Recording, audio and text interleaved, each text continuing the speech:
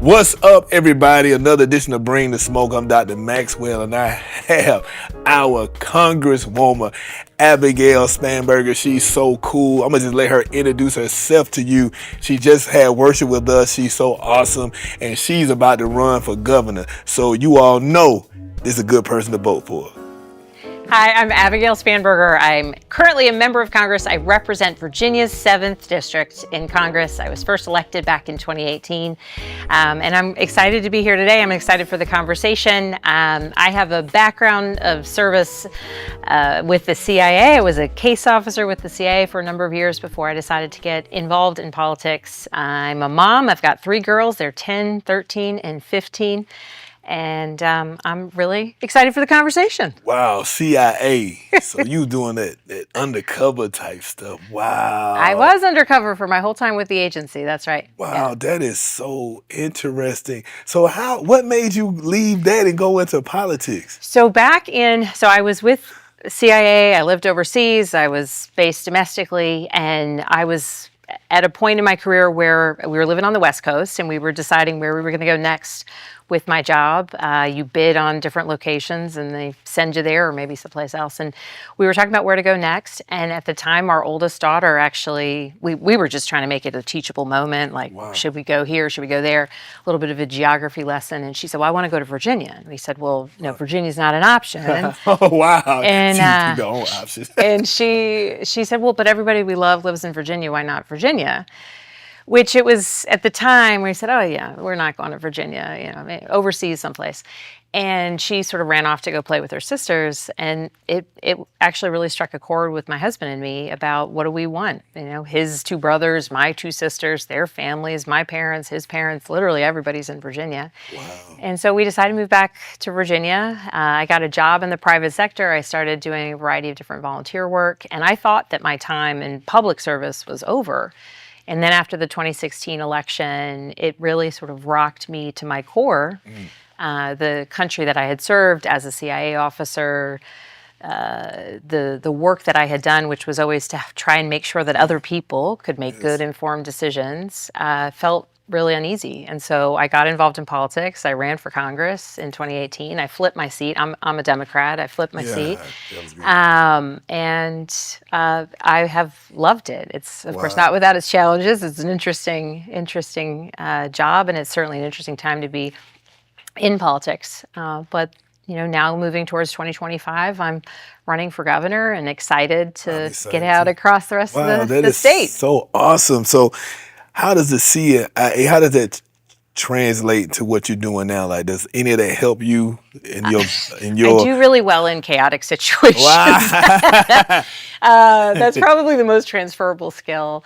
But my whole background is trying to understand really complex problems. If it's terrorism or nuclear proliferation or narco trafficking, understanding the real complex issues and how they come about and who's involved. Certainly it's nothing related. It's not a one-to-one to kind of understanding a healthcare system that needs strengthening or improving, or the challenges facing our transportation and our infrastructure. But to really try and look at like complex, deep problems and try and find ways to get at them, or just even make decisions that are founded in data and evidence. I think that's a skill set that I bring with me. That and I do well in a little bit of turmoil. Yeah, look, don't mess with her, y'all. See the CIA. Don't be lying on her, because you're not going to find no dirt to see the CIA. So y'all need to understand, wow, you're going to be a tough person to beat out here. So I'm just excited to be talking to you. I've talked to, the other 2 governors, and when, I can't think of his name, man. McAuliffe, man. So he always come in here and joke and everything, and every time we meet at a distillery somewhere. But that's my dude. So it's just good to be able to have contact with you all.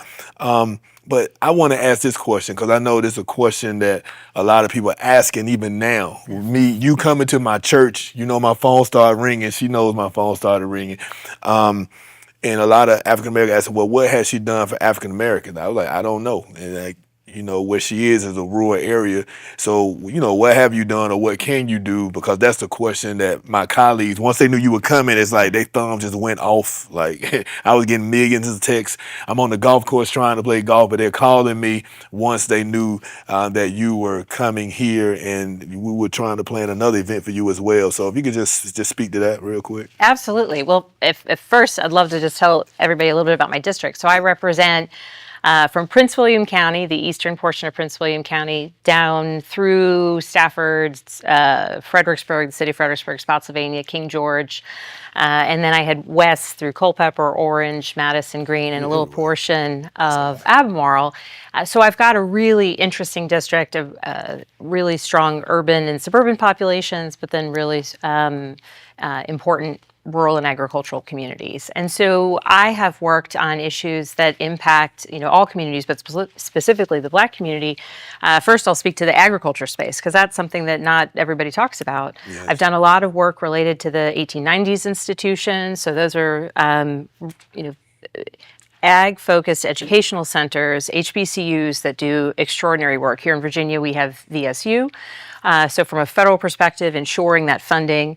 I've done a lot of work with Black farmers across Virginia. Of course, there's, whether it is funding, whether it is Department of Agriculture money, whether it is, federal grant dollars, or even just property, passing property generation to generation, there's been significant challenges facing Black farmers.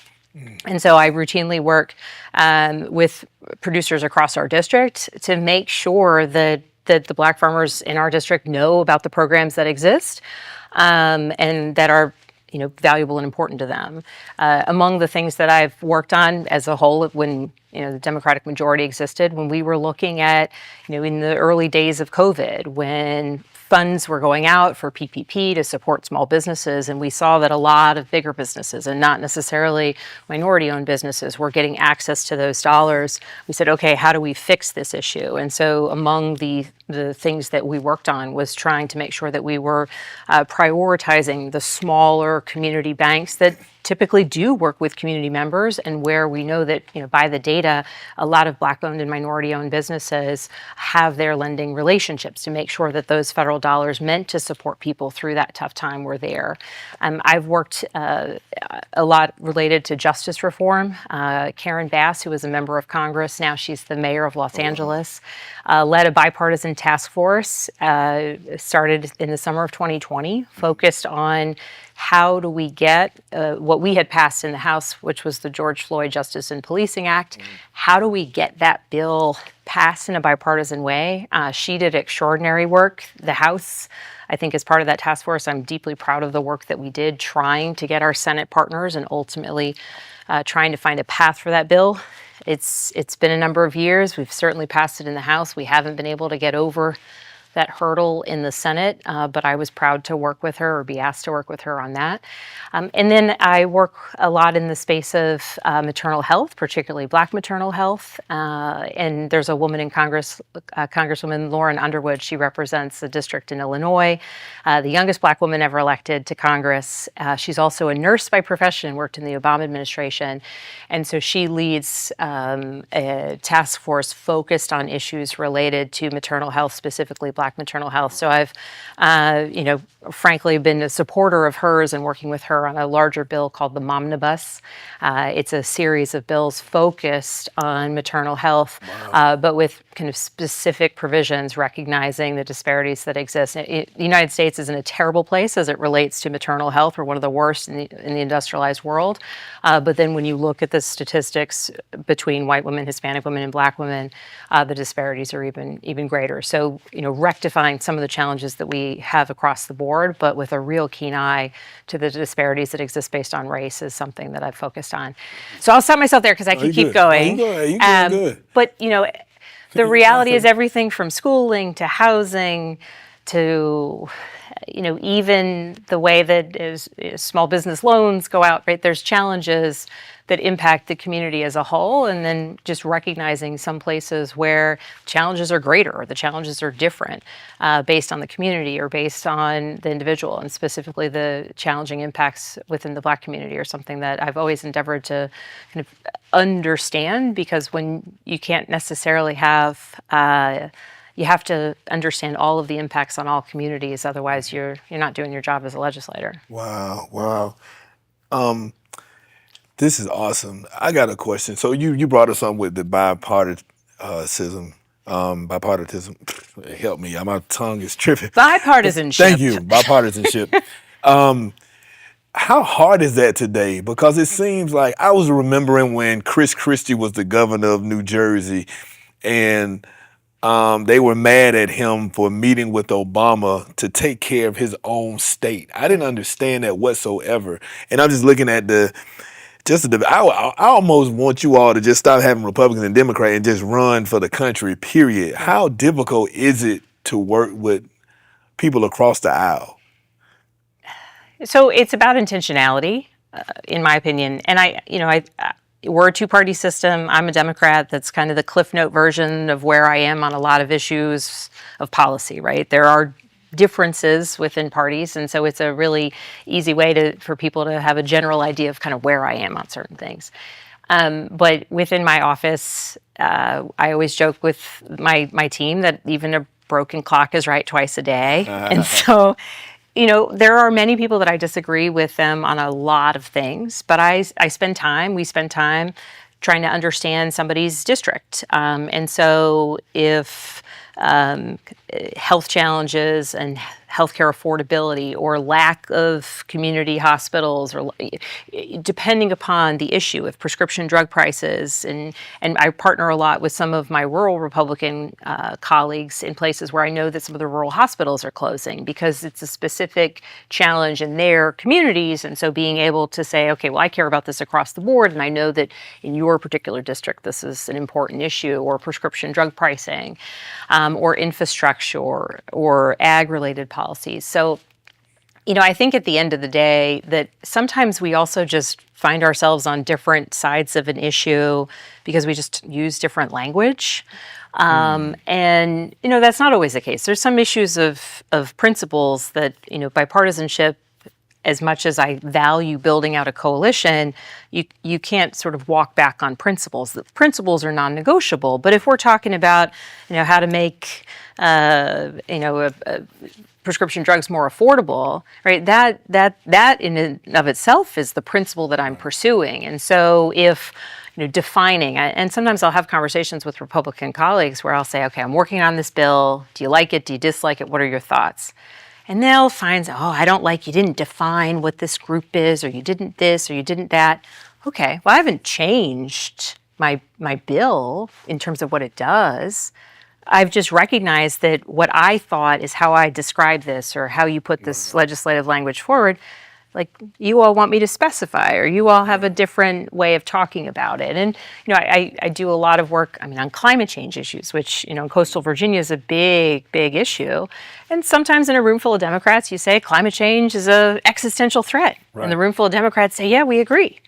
Well, sometimes in a room full of everybody, you got to say climate change is an existential threat because climate change impacts our farmers with irregular, heat waves and lack of rain or lots of rain. And it's an existential threat because the U.S. Navy says that rising sea levels are a national security threat. And climate change is a problem because we see the impact in coastal communities with, devastating hurricanes, right? So sometimes you're not saying anything different. You're just making sure that you're making the issue relevant. What are you saying? Y'all don't read. No, that's what I be saying a lot of times. They like buzzwords. And so what my difference, this is how I define the difference between Republicans and Democrats. Republicans won't help 100 people just because they scared they're going to help one person that don't need help. Democrats help 100 people to make sure they don't miss the one One person person. that needs help. And I've heard it before, I've said it before, and that's just how I feel. And that's why I side with the Democrats more than Republicans, because it's more ministry in my mind. Do I agree with everything Democrats do? No. Do I agree with everything Republicans do? No. But at the end of the day, I want the people in the office who going to help the people, because I'm a minister. And I know a lot of people, pastors, run after them because of, gay marriage and all that. My thing is, God gave us free will. You can marry who you want to marry. I'm not going to marry you, but whatever you want to do is free for you to do whatever you want to do. I'm not going to marry you at my church, because my bylaw said I go by what the Bible says. I can only go by what the Bible says. You understand? I'm not saying this reflects your belief because you on my show. I'm going to go ahead and cover you because you're running. But at the end of the day, That's a, at the end of the day, yeah. I don't agree with a lot of things that we as Democrats do, but I believe that the heart of Democrats are trying to help the people and help the normal people. I mean, I'm in a tax bracket where I could be a Republican, to be honest, because I make good money. But at the end of the day, I still need to worry about the people who are struggling. So let me ask you this: you have longevity. You've been in a Trump society, president, and you've been in the Biden society. Can you let us know like the differences between those two? I don't want you to get in trouble, but just let me know. Yeah, I gotta no. send this Yeah, message and too. so and I've met both. I've spent time at the White House with both. And the Trump White House, when I was there, it was, my meeting with former President Trump was because the government was shut down. It was the longest government shutdown in history. And people I represent, people who are federal prison guards, people who are TSA officers, were hurting. I represent a lot of air traffic controllers, and they had put a stop to their training, and they were working to keep our skies safe and to keep people safe and to keep communities safe, and they weren't getting paid because of a political fight. And I went to meet with President Trump with a group of my colleagues, and it was as though it was somebody else's problem. And then when I've met with and worked with President Biden on things, it's like everybody else's problem is his problem. And it's interesting because I went for what was supposed to be a 30-minute meeting one of the times, and hours later, I'm trying to text my staff to say I'm going to be back to the office late because the president wants to keep talking. And he called a group of us who were there for this other meeting. It was just one discussion after another.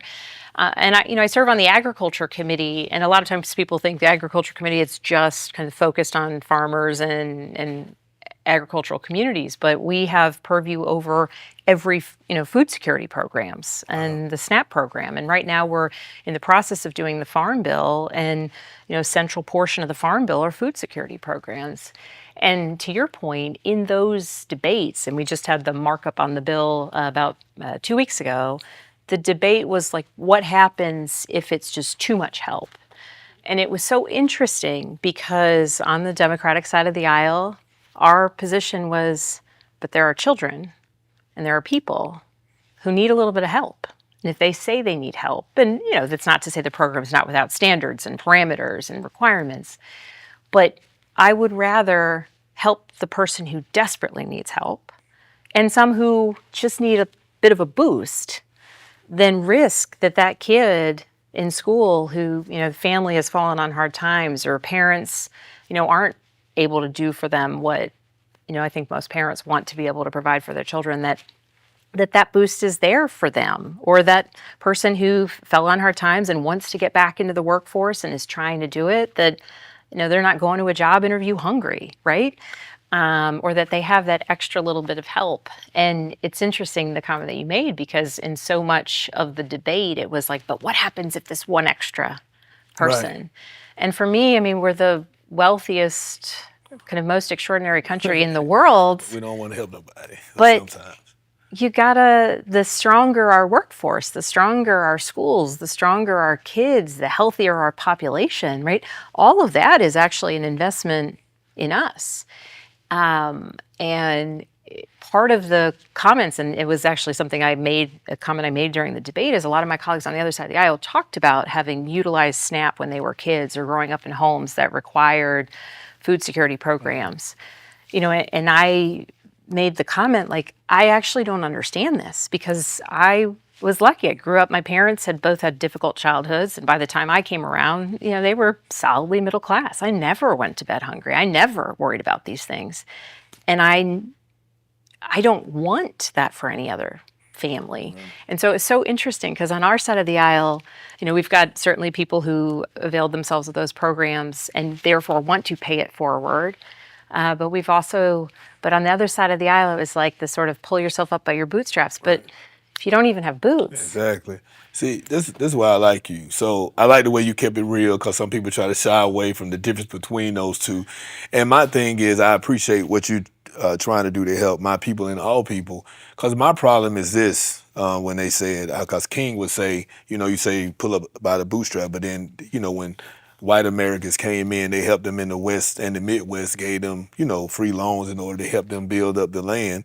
And then we look at when a black community thrives and you have a Tulsa, Oklahoma, where America itself bombing the daggone city. Then you have Rosewood, and then you have right around the corner CNU. I mean, I partnered with them, but basically a African American lady owned 40 acres of land, and because she wanted to split the plots up, split it up in order to empower African Americans to buy land and not hog it herself, the city council voted and took the land by eminent domain. You understand? And so even in Atlanta, Lake Lanier is actually a built man-made lake over a thriving black community. So you look at every time when my people attempt to come up, how things knock them down. Then they start their own nonprofits to get African American women help. And then here we go. Now they just voted against, saying it's discriminatory for those two African American ladies. I can't think of the name of it.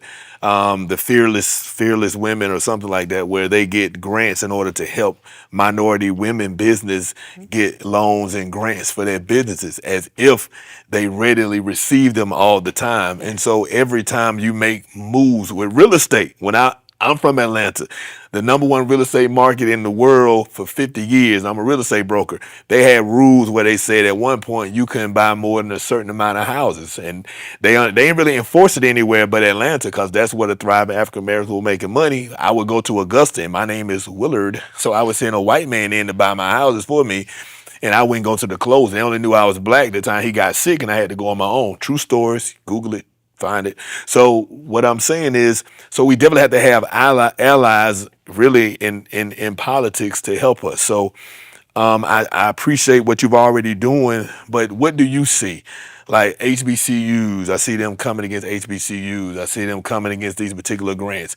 I mean, how does that make you feel? What is your belief in those situations? What's your standpoint or opinion on what I'm saying? I know I ain't really say much, but I still say something. It makes me angry. It makes me disappointed. It seems arbitrary, but it's also deeply purposeful, right? You look at the history of HBCUs, and I mentioned 1890s institutions earlier, right? Yep. Like those HBCUs were needed because if you wanted to have a strong educational program for Black students who want to go into agriculture, right? They became, and they continue to be, the 1890s institutions across the country are thriving places of innovation. And we have to recognize that and celebrate it, right? They were born out of a need because the other land-grant institutions were not allowing people who wanted to be kind of brilliant in the agriculture space or give back to their rural communities. And the HBCUs across Virginia, they're important because they've educated generations of Virginians who wanted to go in that space in later generations. And it's important to make sure that not just their legacy, but the strength of the student population that chooses to go to, if it's Hampton or if it's Virginia Union or if it's Virginia State. Now I started naming, I'm down to name them all. No, you're doing good. Virginia No, Union, they arrogant like that, so you know they want their name to be called. but Norfolk State. I'm going to go on and on. Yeah.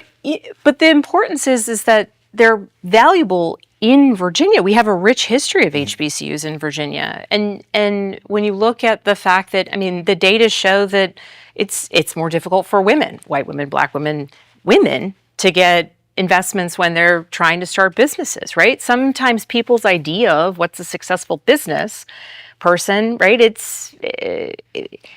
It takes a while to break up kind of the entrenched ideas where, okay, this man's business plan looks great, we're going to fund it, right? And so having some intentionality of saying, you know what, I want to support women businesses. You know what, who really doesn't get enough money when or seed funds when they're starting businesses? Black women. I want to invest in black women, right? It's not at the expense of anybody else. It's at the purposeful intention of recognizing that there's a strength of knowledge and experience set in our society that sometimes, I mean, historically has been overlooked. And so saying, no, I'm going to look at this, group of business owners and I'm going to invest in them is an intentional purposefulness of action that I think as a society, if people come at things with intentionality, why would we steer away from that, right? Because if a black woman who gets funding for a business is able to grow that business, well, she's hiring people,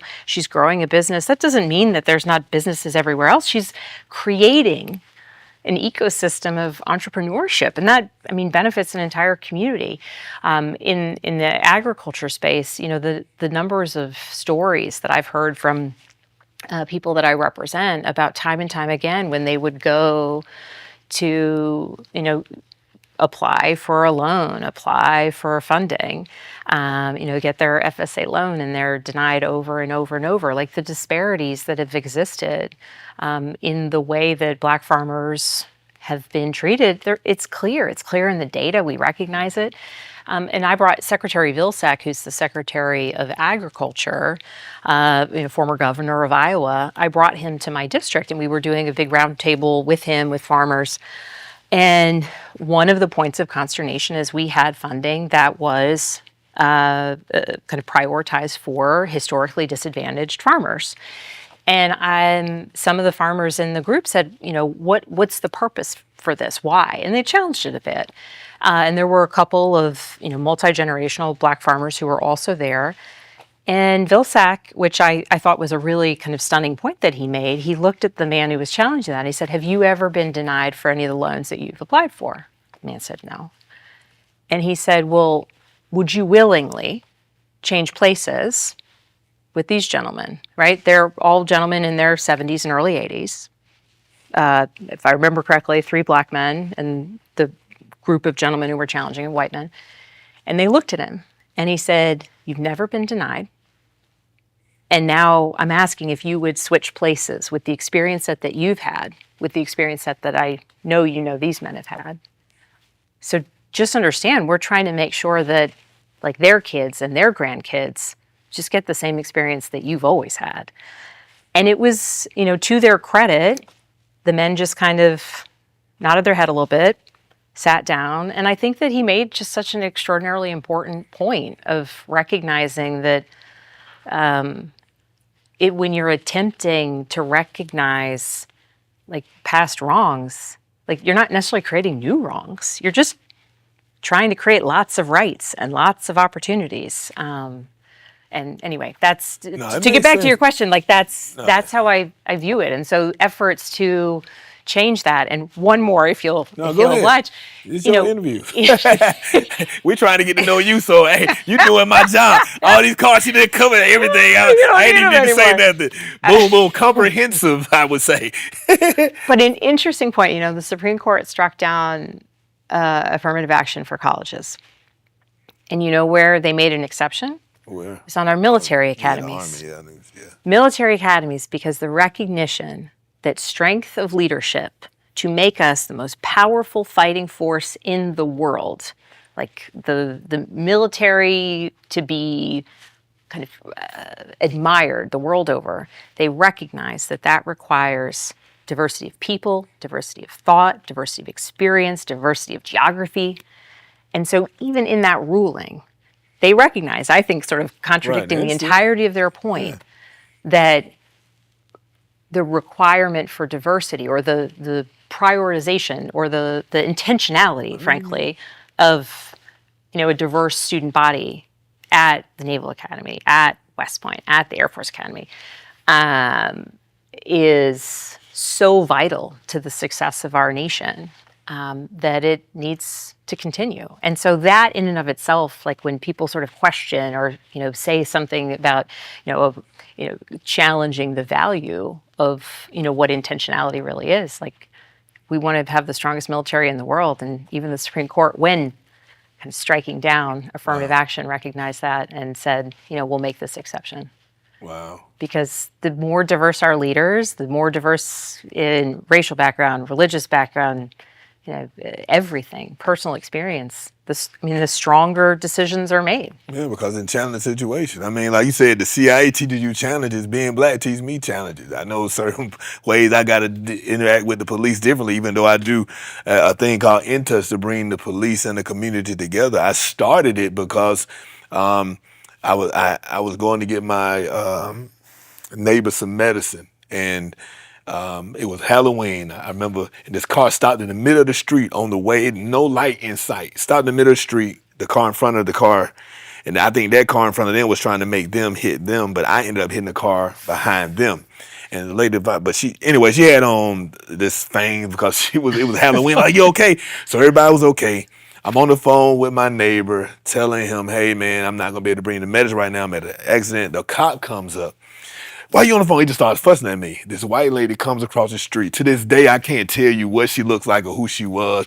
She flies across the street and she says, "Why are you talking to him like that?" "Oh, probably because he's black. It wasn't even his fault, blah, blah, blah." She goes off on him. But at that moment, God said, "Start a basketball program." I'm like, what? To bring the police and the community together. And one of my greatest testimonies comes from one of my police officers, because now I had them coaching them and everything. And so the Department of Justice funds it now. It started off the police, the Newport News Police Foundation started funding it, then Ferguson, then Centera. Now the Department of Justice funds it so it can go on pretty much all year long. And this cop said, "Maxwell, I was at this place, an apartment. This guy kept saying, 'Coach, coach, coach, coach.'" And I was like, "What, man?" What? He said, "You know how you get when somebody keep calling somebody and you want them to be like, 'Man, will you answer them?'" He said, "I turned around and the little man said, 'Coach.' He was talking to me because I was his coach. He looked at me like a human. He was all teary. I never say his name. He was all, because he's a tough dude. He was all crying and everything. He's like, man, he looked at me like a person, not a cop." And so I love those type of interactions. But if it wasn't for some of my Democratic friends, I probably wouldn't have got that grant. You understand? And that funding. So that's why I tend to lean toward Democrats more, than Republicans, because you all do a great work. And I know it's about time for you to go, but can you sum up why you want to be the governor and whatever points you want to make, which you were so comprehensive anyway. But if you were to sum it up in a moment in time, what is your platform? You can just tell them what you're doing, who you are, because you are the bomb. I appreciate this interview so much. I'm Abigail Spanberger. I'm running for governor in Virginia.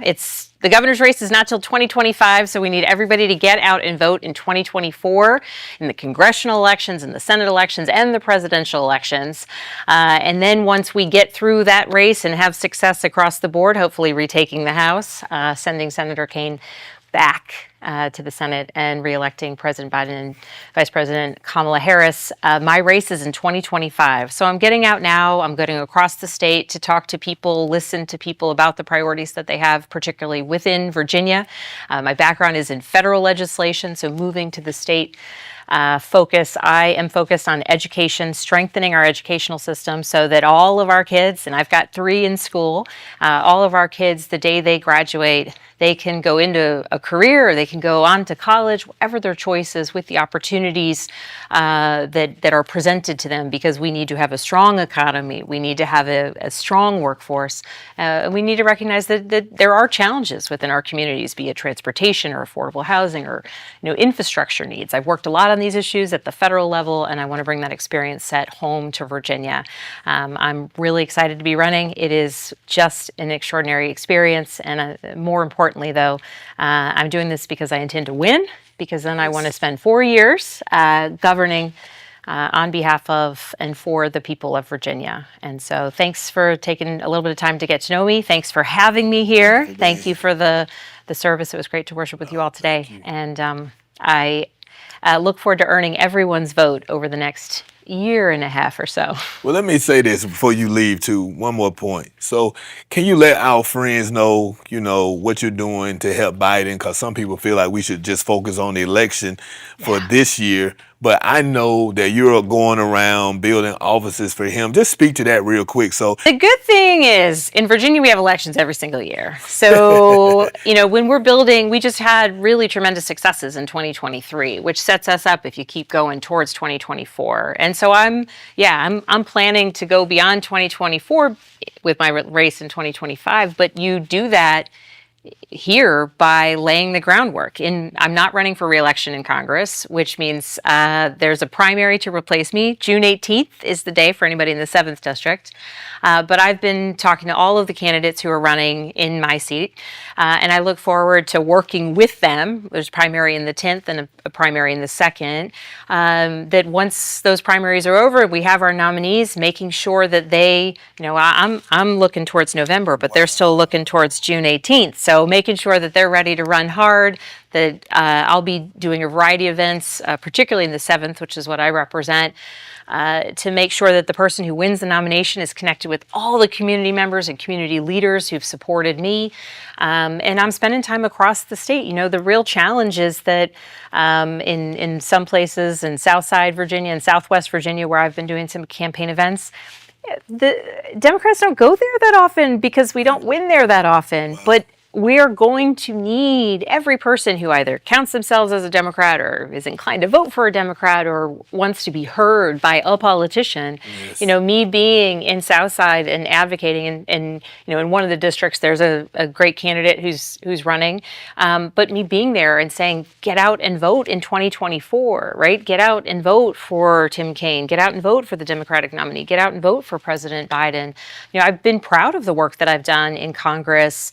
In the laws, right? I can speak to that. The infrastructure law that the president signed into law, the CHIPS Act, the Bipartisan Safer Communities Act, lowering the cost of insulin to $35 a month for folks on Medicare, right? Those are all of the successes that we need to return a president and a vice president to Washington that have focused on those issues. So, I'm running around the state, and yes, I'm a candidate for governor in 2025, but, hopefully the fact that people are even just paying attention to politics, anytime I can remind people, Yes. right? In Virginia, you go year after year after year.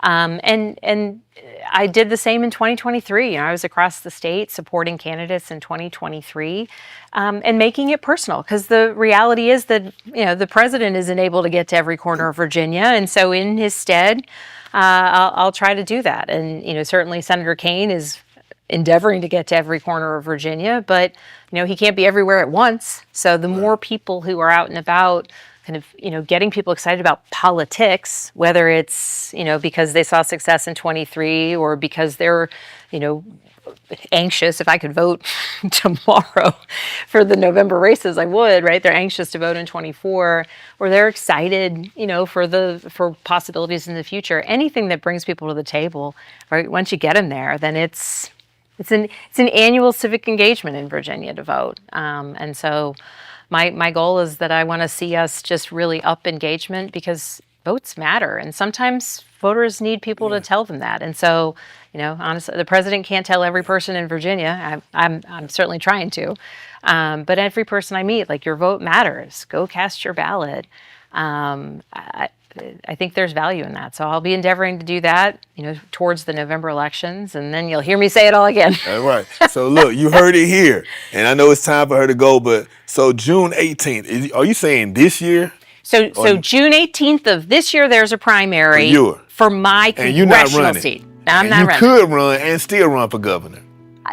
You could. I'm just saying. I could. She could. She but could run and still run for governor, because some people get so comfortable with where they are that they go ahead and say, I'm going to stay here just in case. So what she's saying is, I'm going to have faith and I'm going to run for governor. I'm not going to even focus on Congress right now. So look, For all the people that's upset that she's here, she really should be running now for this year, but she's sitting out this year and she won't even have her seat because her focus is on taking the governor office as a gubernatorial candidate in 25. So she's negating running for a seat that she probably would easily win this year. So look, all I want to tell you is this: when someone is focused, sometimes they may be more focused than you, and you may not see the vision that they have. But for her to say, I'm not running this year and I'm focused on next year, at the end of the day, she should be running this year anyway. So leave her alone and leave me alone too. Well, bring the smoke.